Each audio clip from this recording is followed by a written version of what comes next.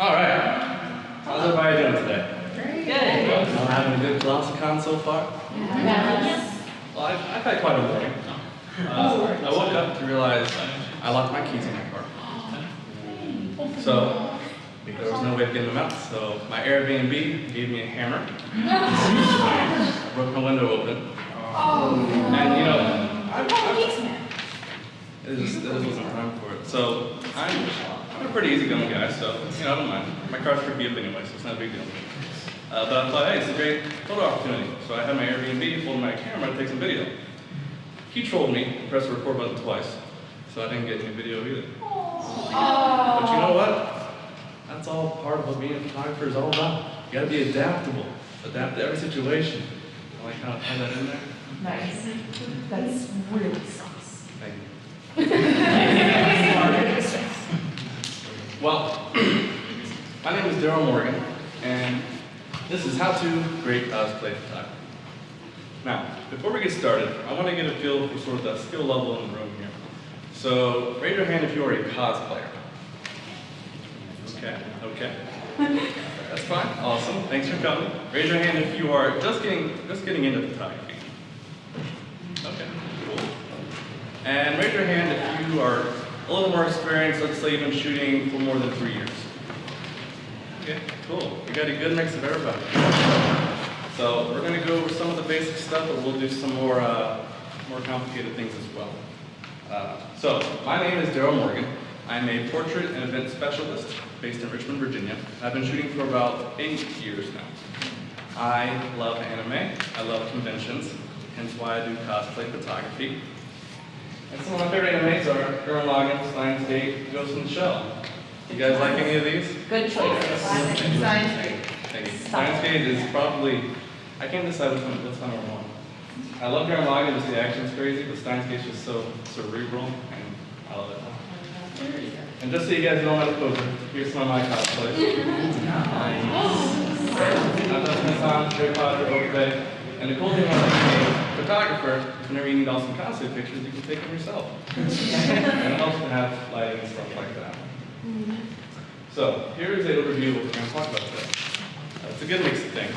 First, we're going to talk about some of the basics. So, things like how the camera works, and some of you will understand this stuff already, but this is just sort of establish a base level for everyone here. We'll go over the art form, how to make this photography thing of yours, your own. And then we'll talk about some business aspects for those who are a little more financially motivated. Nothing wrong with that. And then we've got some tips and tricks, some examples, and at the end, you see I have my setup over here. We'll do a live demonstration, so a few lucky people here will get some free pictures as we demonstrate to everyone what a photo shoot looks like, and I'll also do some of the editing as well. So, before we get started, do we have any questions going forward? Okay. Just so you guys know, I'm super open to questions. This is a conversation. So if at any time you feel like that doesn't make sense, raise your hand. Be happy to explain that further. And then we can also talk about it after the panel as well. Yes, sir? Sorry, did you mention how long have you been doing photography? About 8 years now. Oh, wow. Yeah, I started my freshman year of college, and I just had some extra financial aid money, so I figured, hey, why not get a camera? Ended up falling in love with it. What was that? Yes, ma'am. What's your camera? What do you prefer, or do you not have a preference? My camera, and we'll get more into details later.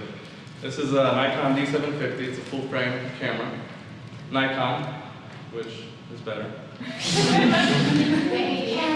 Just kidding. All cameras are great. It's all about the person behind them that's using them. Okay. So, the basics. This is Master Roshi level training. We'll get to Beerus later. So what is cosplay photography? Photography, as I'm sure most of you know, is the process of taking a picture with the camera. This can be anything like my Nikon to things like a phone, totally fine too, a small digital camera. They all work the same. Like I said, it's all about who is behind the camera that matters. And then cosplay, that's costume and play for the character in costume, which if you're here at Colossalcon, you probably understand. So some of the basics. Camera gear. If you want to take pictures, you need a camera. And this can be anything. And then on the little tip flyers I gave you guys, there's the top left section, I believe, tells you sort of a like starter setup you can use. If you want to go the DSLR route, which is what I've got here, you can get everything you need for under 600. And if you don't want to spend that much either, you can also do just fine with the phone. I mean, honestly, phones are great these days. I mean, I'm recording the panel right now with my Google Pixel 2, which is like the best camera on the market. Yes? Are digital cameras like also okay? Yeah, you can use anything. It's all about, honestly, any camera can look great, even old ones or whatever, as long as you know how to manipulate the light for that. So you can use things like flash or natural light, whatever floats your boat. Some of the learning tools. So these, you guys should write these down right now if you would like. Learn, YouTube, and then Photoform. Learn is a website which is dedicated to teaching people photography skills, and they do a ton of stuff with Photoshop and Lightroom. I've learned a ton of techniques as far as like different sort of color gradients and different effects you can use to really make your photos pop. So I recommend it. And we have a YouTube channel. YouTube is great because you can learn just about anything there. You can learn how to do lighting setups. You can learn how to pose people. It'll show you, like, you know, in the video how to do these things, which is a great resource. And finally, the Photoform. This is what I personally recommend. This is what has probably been the most influential thing in my development as a photographer. It's just a form, nothing crazy. But the draw to this is that you can post a picture, and people from, you know, photographers who've been doing it for 5 years, to 1 year, to 40 years are all on this form and happy to give you feedback. A lot of photographers, like myself, like to give back. I like to teach photography, I like to talk about photography. So a lot of people on here on the photo form, when I first started out, they just give you feedback on your photos. The important thing with getting feedback is to not be defensive about it. It's easy. What do you know about it? Exactly. It's easy to think, okay, my picture's great, and someone tells you no, it's wrong for this reason, you get upset about it.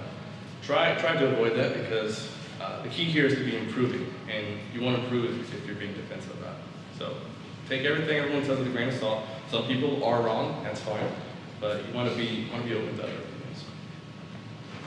So how do pictures work? We have the exposure triangle.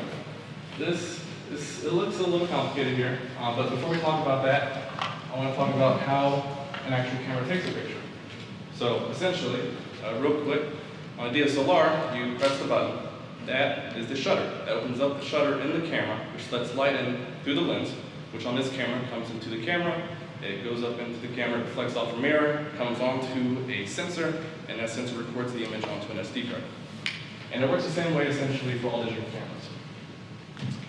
Same sort of concept with film, except instead of an SD card and sensor, it's film. Go figure. So the exposure triangle is how those pictures are taken. And I'm going to try to go slow here because this can be frustrating. I didn't really get a hang of it myself until I think probably 2 years of just like doing it. So essentially, you have 3 main components of the exposure triangle. You have aperture, ISO, and shutter speed. Each one of these settings controls how much light is let into the camera. And so on this slide, you'll see this is what the inside of the viewfinder looks like. And right here in the middle, this is your light meter. The light meter, you want to get this little piece right here, right into the middle. That's your shutter speed, that's your f-stop, that's your ISO. And you change these 3 settings to get that spot into the middle there. So, aperture controls depth of field. This means how blurry your background is, essentially. That's how much of the picture is in focus. And the setting that controls aperture is called your f-stop. So that's what that number looks like here.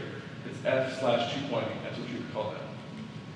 So we lower f-stop, that means it's a wide aperture. And that's how wide open the aperture blades inside your lens are. And that creates a shallower depth of field. So you get something like this. See, the background's kind of blurry, it looks nice. But if you have a higher f-stop, which is a more narrow depth of field, you have everything in focus, which doesn't look as nice. And the key thing to focusing your picture as well is to use what's called single point focus. So if you have a camera and it has a setting on it, go into your camera, change your focusing settings to single point focus. This tells your camera to only use this one spot to focus, instead of using like a bunch of different spots. The single point focus means that you're focusing on that one particular spot of the image, as opposed to focusing on everything and getting just sort of everything kind of in focus, as opposed to getting one thing super in focus. Any questions so far? Does that make sense? Okay, great. ISO. This is how sensitive your camera sensor is to light. So essentially, the higher your ISO is, this controls your grain. So a higher ISO means more grain in the image. Digital photography is called noise, but it's the same thing. And then a lower ISO, of course, means less grain. So essentially, you want to keep your ISO as low as possible, and some cameras, like a full-frame camera like mine, can go to a higher ISO without grain. That's sort of the benefit of that. So that one's pretty simple. And then we have shutter speed. Shutter speed controls motion blur of the image. So there's a couple things that come into play as far as motion blur goes. You have movement of the camera, which is camera shape, and you have the movement of your subject.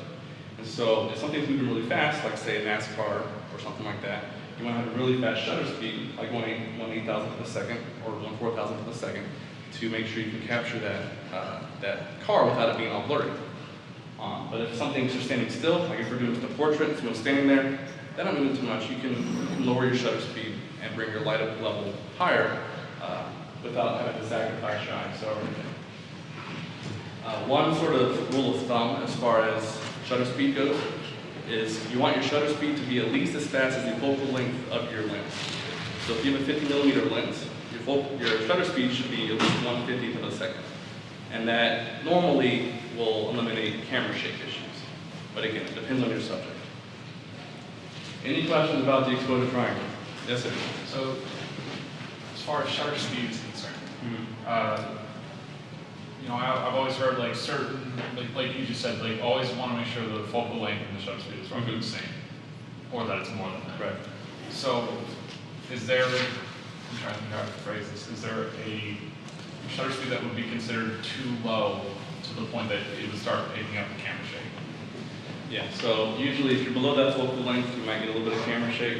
It depends on how steady your hands are. Some people have really steady hands, and it's not an issue. And also, if you have a tripod, you can also have a really short shutter speed and not worry about camera shake because it's sitting on a tripod. And then, of course, you have things like flash and freeze movement. Essentially just illuminates everything really quickly. So even if you have a slower shutter speed, you can still sort of freeze that. But you know, that's getting in the flash on sort of thing. Any other questions? Yes, sir. So I've heard that the crop factor of your camera sensor actually kind of like modifies the focal length. So that's a good point. Glad you brought that up. So with the whole, your shutter speed should be at least as fast as the length of your lens. Would you also apply that to if Yes. you have like a half Yes. sensor? Yeah, definitely. What he's talking about is cameras have what's called a crop factor. So my camera is a full frame, which means it's a 1-to-1 crop factor. A lot of other DSLRs have like a 1.5 crop factor or something like that. And that essentially makes your focal length longer. So if you have a 1.5 crop factor, a 50mm lens will turn into a 75mm lens. So you take that into consideration as well for your shutter speed. And it also helps with your depth of field. Longer focal lengths also help to make the background blurrier. So if you have a longer lens, like 200mm, something like that, that can also help with that background blur as well. All right, moving forward. There's our doggos. All the same one. You'll notice how the lighting is the same in each. However, the f-stop changes. And that's because they compensated the ISO and shutter speed to match. All right, now for the art form, how to make it your own. So what does it mean to be a cosplay photographer? Well, you take pictures of cosplay. It's pretty simple. But what does it mean to be a good cosplay photographer? To be a good cosplay photographer, you need to be a good portraitist. And this means understanding the essentials of portraits. Things like the rules of composition, the rule of thirds, leading lines, all sorts of things like that. That's on your note card as well as far as looking up some of those rules. You want to understand things like lighting. Photography is all about light. And so you can use things like a flash. Flash works great. Or you can use outdoor lighting, window lighting. Any of those things work great. You just have to understand how those things work so that way when you take a picture, you can get the best possible result. And being a good portraitist, understanding how light works, understanding how to pose people, those sort of things, really translates to cosplay photography. I know a lot of people who just go to conventions and want to take pictures of cosplay. That's great, more power to them. But I believe in what's called making a picture, not just taking a picture. That's what we call a snapshot, and it's a much more creative process. So how do you balance that with, also running through the con space and just like seeing everybody and everyone's photo and you can't really set up a photo for each individual? So with convention spaces, what I typically do, and it's a pain, it takes a lot of work, is I'll try to find a blank wall, take a picture of a cosplayer, and then what I'll do is I'll use Photoshop to cut the wall out and add a relevant background. People usually end up really liking it. These are just haul shots, so they're not paying anything, but they get back this awesome photo. And of course, if you have time to go out and find better locations that match the character, that's fine as well. But conventions are hectic, and we'll talk a little bit more about that in a second. And so the other thing is to have a rudimentary understanding of editing. Post-production is very important. You cannot skip out on this. I personally use Adobe Lightroom and Photoshop. You can get these two programs together from Adobe for $10 a month. It's part of their photographer program. It's not bad at all. Better than paying $200 for the older versions. And then you also have other programs like Aperture, iPhoto, those sort of things. They all work fine too. You just got to find what works for you. So this is sort of my process for making a great picture. Like I said, you want to avoid snapshots. So my first step is conceptualization. This is where I sit down, I take some paper, I draw some ideas out. This is where I come up with the concept for the photo. So when I'm planning a shoot, where I have time to plan, this isn't at a convention, I take time to figure out what sort of background I want, what sort of outfit I want. If this is like a fashion shoot or something. You want to have that concept in mind, figure out what sort of things you're going to need for that shoot. And then you get to the planning process. This is where you actually take care of the work needed to do the shoot. So this means things like retaining your model, booking locations, buying outfits, things like that. And assuming you've planned and conceptualized properly, you get to your shoot and it goes perfect. No, it doesn't. things always go wrong, like my car this morning. So you want to have a backup plan. So whenever I do a shoot, I bring umbrellas with me, like rain umbrellas, not just photography umbrellas. I bring a first aid kit, I bring tape, and all sorts of little extra tools and accessories just to, I even have a sewing kit in case something, comes undone or whatever. You wanna be prepared for things to happen. And clients will remember you for that. If someone's like, hey, my cosplay broke, and my photographer had this whatever to fix it, then they'll remember you for that, and they might book you again next year. After the shooting process, you go through editing. And this is, like I said, a really important step. This is where you sort of put your signature onto the photo, more or less. Your editing style is reflective of your style as a photographer. This combined with the actual photo that you take as well. And then you deliver the photo. This is whatever method you agreed upon, email, Gmail, Google Drive, Dropbox, whatever. Everything works fine. The important thing is to have this established with your client beforehand. So what I do, and what I recommend you guys do, if you get into photography and the business of it, is to have a contract. This is to avoid any sort of conflicts or issues, so everyone is on the same page. They know how the photos can be used, what they're used for, and their rights within that contract. Posing. I'm sure a lot of you came here today wondering how to pose for cosplay photography. There's a couple things to keep in mind. You first want to set up your shot. And this is sort of like a mini version of the conceptualization phase. I'll even do this at a shoot. If I have someone sitting here in front of my backdrop, I'll say, hang on a second, I gotta visualize this. And it's almost like a Jimmy Neutron brain blast. Just think for a second, and I almost imagine them like a doll, like I move their arms around, their feet around, and figure out what will look good here. It's kind of a weird thing, but it works for me. You gotta find what works for you. But you want to set up the shot. And then we have what we call masculine and feminine poses. These are sort of broad terms that sort of help guide what a pose is, what it's classified as. So a couple things to sort of help guide you here. Feminine or masculine poses can be used for anybody. This doesn't mean it's only for women can only use feminine. That's not what it means. It's a very general term as far as photography pose itself. So someone like Boa Hancock, who is a very intimidating one-piece character, at least the last time I read, you might want to shoot her more of a masculine pose because she's kind of intimidating. So essentially, there's a couple things that you can do here. If you look at me, pretend that I'm looking towards the camera, over here. For a feminine pose, you often want to turn them away from the camera. This lets you look at the side, which makes you look a little bit thinner, which is, everyone likes that. And then you also want to bend things. They say if it bends, bend it. So you bend arms, put your hand up, that sort of thing. And then another thing you can do for feminine poses is you want to turn the head towards the shoulder closest to the camera. So I would be turning like that. If it's a more masculine shot, you can turn your head away from the camera. Your eyes are still looking at the camera, but your head's turned towards the shoulder. And that just makes it, it's more like an off-putting kind of thing. And then for masculine shots, you can also shoot straight on. This emphasizes broad shoulders, which is a very masculine look. And then you also have eye levels. For feminine poses, you often want to shoot at eye level or above, slightly above. And then for masculine poses, you can shoot at eye level or slightly below. So sort of looking up and it's sort of like, oh, you know. Any questions on that so far? I saw you raise your hand for a second. So like when you said shoulder to one eye, basically for masculine and feminine, it's always going to be like kind of opposite to each other. Yeah. Okay. Yeah. And again, this is totally like, a lot of this is a creative choice, a personal decision as far as like who you want to have pose what.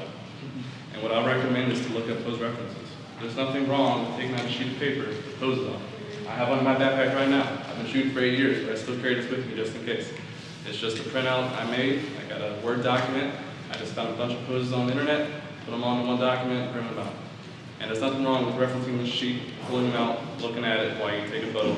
And then eventually, the more you do that pose, that look will become ingrained in your mind, so you can use that in the future as well. That applies to cosplay. You got action poses. A lot of cosplay gives you the opportunity to do action poses.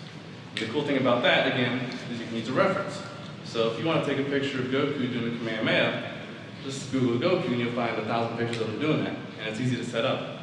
The important thing is to pay attention to every detail and make sure you know, even a finger being off. I'm a perfectionist, so if I see a finger that's bent in a weird way, even that bothers me.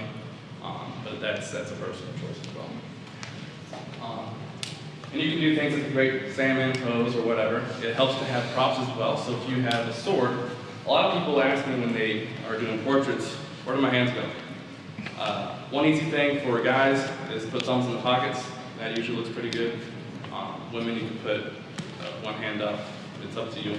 But the nice thing about props is if you have like a sword, just say hold the sword. That's where your hands go. That looks pretty good. And of course you want to be a little more dynamic than that. You don't want to just like stand there. You know, maybe you assume a pose, things like that. And that just comes with time. The more you do it, the more you'll recognize opportunities for poses and things like that. Any questions on posing so far? Okay. Shoot cosplay outside of cons. I was talking about this for a second earlier. It's important to, like I said, own your skill of portraiture. And a convention is not always the best place to do that. Conventions are great for networking, getting to know people, and getting a diverse portfolio of a lot of different cosplays. But as far as the actual art form goes, it's great if you can get away from the convention space, get away from the hallways, and go to a different location, like go to the woods, or go to the river. That gives you the chance to really make the shoot your own. You get to control what the background looks like, you get to control the lighting. We have what's called the golden hour, which is the hour before sunset or after sunrise. I think it's an hour 15 minutes, that's what I go off personally. But you know, you get to control all these aspects, which you can't typically do in a convention space. So take the opportunity to ask a friend, hey, want to model for me? They get free pictures, you get experience, and you know, you get to learn how to do a shoot outside the con. Very important. Business. I know a lot of people here in photography hoping to make a little bit of money. Nothing wrong with that. The important thing to realize is before you turn it into a business, you need to have a solid foundation of the art form. I personally believe if you're not passionate about the art form, then the business side of things can be, I don't know, it feels a little not real to me. And if you're passionate about business, that's fine too. You can start a photography business, even if you don't want to do the photos, that's cool, nothing wrong with that. But you want to have a solid foundation in the arts. So, you want to make money, you want renown. You have to be business-minded. there's a lot of things that goes into owning a business. You gotta have a business license, you gotta do taxes, all these fun things. I've had my business license officially now for about 3 years. And these are just little things that a lot of venues might require. Sometimes if you shoot an event, they require you to have business insurance as well. And that's sort of you don't have to worry about this too early into your career. So if you're just getting into photography, don't worry about the business side so much. Like I said, just focus on the photography. But if you are getting more into business, these are some things you have to keep in mind. So be professional. This is very important. It's part of your brand. It's going to depend on what you have your brand set up as. Now, maybe being a professional is your brand. That's cool too. But you still want to be professional in the way you go about it. And so having a website is crucial. When I gave you guys my business cards, all of them have www.darylmorganstudios.com. It's not darylmorganstudios.weebly/wix23.com. You know, it's an investment you have to make. I pay about $150 a year for my website, and it's worth it. I've booked plenty of gigs from my website, and it's more than paid for it. And again, it depends on what sort of photography you're getting into. If you're mostly doing cosplay, maybe you can just have an Instagram, that's fine. But if you want to get more the professional level with doing events and things like that, or portraits or headshots, those sort of things, you do want to keep in mind it's important to have a website. Contracts, I talked about that earlier. You just want to make sure everything's kosher, everything's legit. You want to make sure everybody's on the same page, and if you've agreed to pay this money, you don't want to run into a situation where you've set up a shoot with somebody, you take the pictures, you send it to them, and they don't pay you. I've had that happen to me, so I've learned that from experience. Learn from my mistakes. It's important to have those contracts in place in case those issues arise. Business cards. These are very important as well. This is a very cheap investment you can make with a huge profit for you. I got my business cards that you have now from Staples for like $20, and it was like $150. They look great, they work fine. But you also have things like Vistaprint and Moo and other sites you can use as well. It's important to have business cards, because when you meet somebody, if you take a picture of someone's photo in the hall, a hall photo, you give them your card afterwards. That's free promotion for you. They're going to want to find you because you just took their picture. They want that picture back. So, that's just free opportunities waiting for me. And if they love that picture, they could hire you next year for a shoot. So definitely have business cards.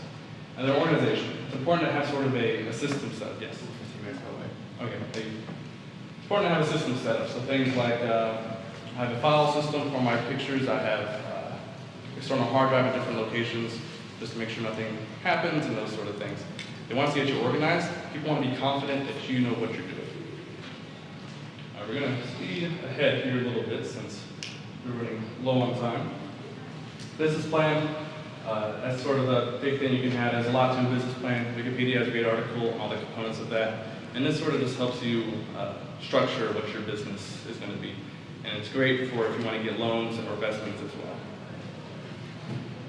Your brand. This is where you decide how people interpret you and how you want to present yourself.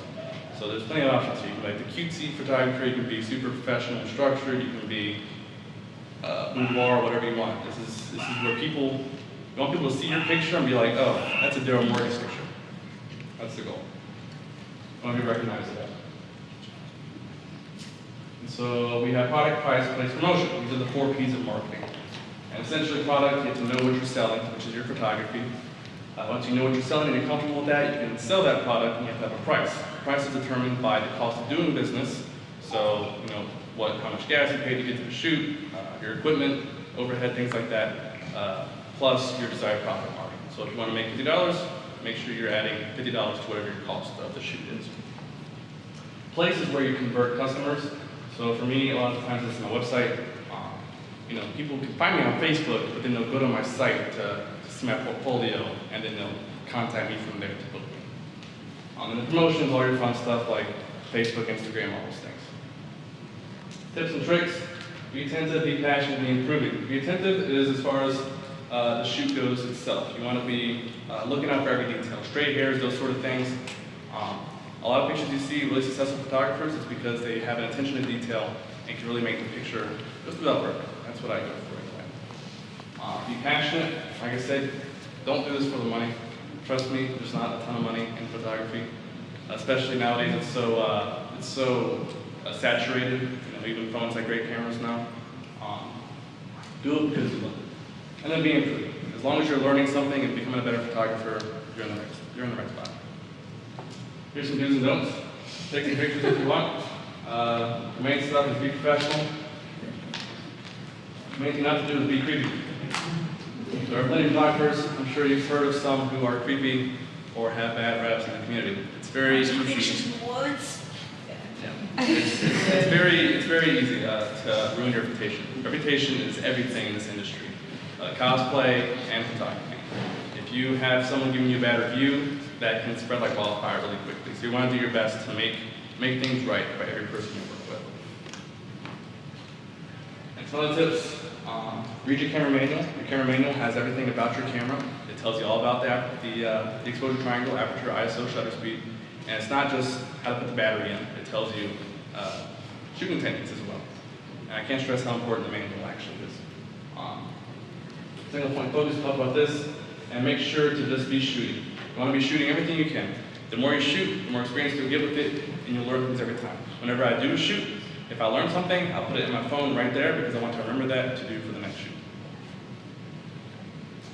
And as long as you are having fun getting some pictures, don't have to be good pictures, as long as you're getting pictures, and as long as you're improving as a photographer, I'd say it's a successful shoot. Here's some examples. I'd be happy to talk about some of these with you guys after if you want, just because we're low on time here.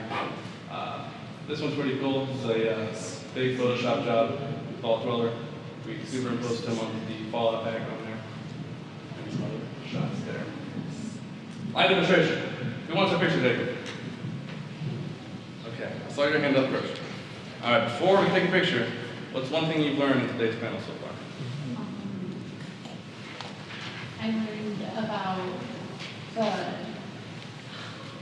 what's called the triangle. Exposure triangle? The exposure triangle. Okay, cool. Well, come on up to the back up here. All right, guys. So first off, I'm going to be cordial. What's your name? Travis, Travis. I'm Daryl. nice to meet you. Nice to meet you. Thanks for working with me today. Can you step a little bit away from the backdrop there? Yeah. Come towards me. Good. Right there is fine. I'll put this light right here. And now, as she was walking up, I was kind of conceptualizing the shot I want to take with her here.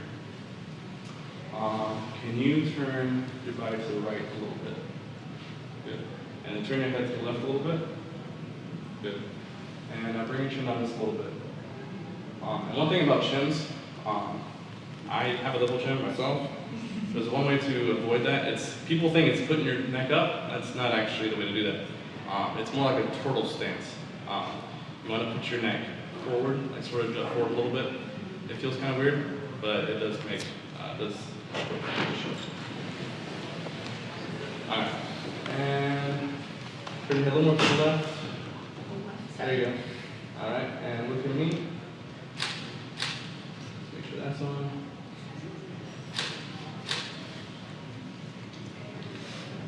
Down a little bit. All right, you're doing great. Thank you very much. And what's your character, by the way? Baraka Ochako from Mogador. Okay, awesome. Well then for Ochako, she's kind of She a does quirky this. character. Okay, yeah, let's do that. So this is where knowing the character is very important. I do watch my acting, so that's awesome. Good on you. And step a little back to the backdrop a little bit. Good. Trying to make sure the backdrop covers the entire picture. And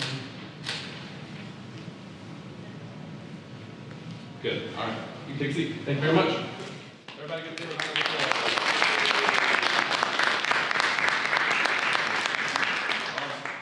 Awesome. So we got the picture. You can see I was very collaborative. That's one of my things I like to do, is have a two-way street of creativity. So I asked her, what's the character? How can you pose that character? Okay, let's put that in there. And this is a picture I did recently.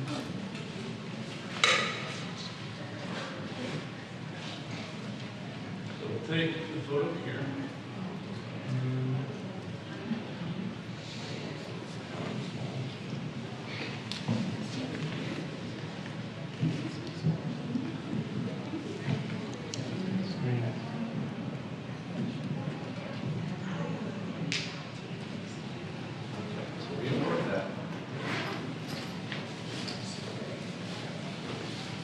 So now, we have the picture in Lightroom. Lightroom is my first stop for photo editing. You can do all the basic stuff like exposure, your white balance, those things. You want to make sure you have your camera set to RAW. This is the format taken, just like JPEG. The RAW format will allow you to change the lighting information within the photo without distortion, which you might have for a JPEG. And so, if you see the settings I have here, 1/60th of a second. That's the fastest I can shoot with my flash there. My f-stop is 2.8 because I want the background to be blurry. And then my ISO is about 400 to compensate. And then you can change everything like your, so I would probably bring this up a little bit so it looks like it's properly exposed. Bring up some of the darker spots there. The picture looks a little bit warm, so I'll change my white balance to a little bit towards the blue side. I would crop out the top section there because I don't want that. And then crop to about there. And I also have a cropping guide that I used for a couple years. Some of the key things about cropping, you don't want to cut off people at joints. So don't crop at an elbow, don't crop at the knee. You want to crop either slightly below that or slightly above. And that's easy for me to find online as well. And so now that I have the shot properly exposed, I would do more creative edits. So like increase the contrast a little bit just to make it pop a little more. Same thing with the clarity here.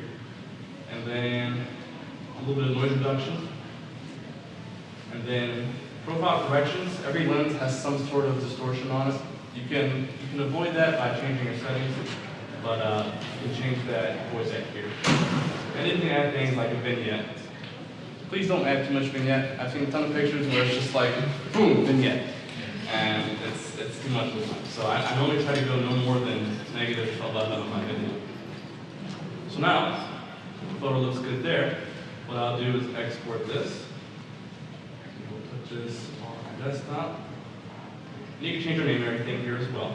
This is also very easy to watermark photos here. So you see I have my Daryll Morgan Studios watermark.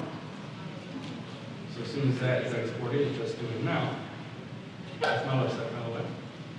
Then you can take the photo into Photoshop. And Photoshop is where you sort of put your personal touch on it. So that's this one here. So now we have our picture. Zoom in so we can see it. So one thing you can do, this is called dodging and burning. You create a new layer.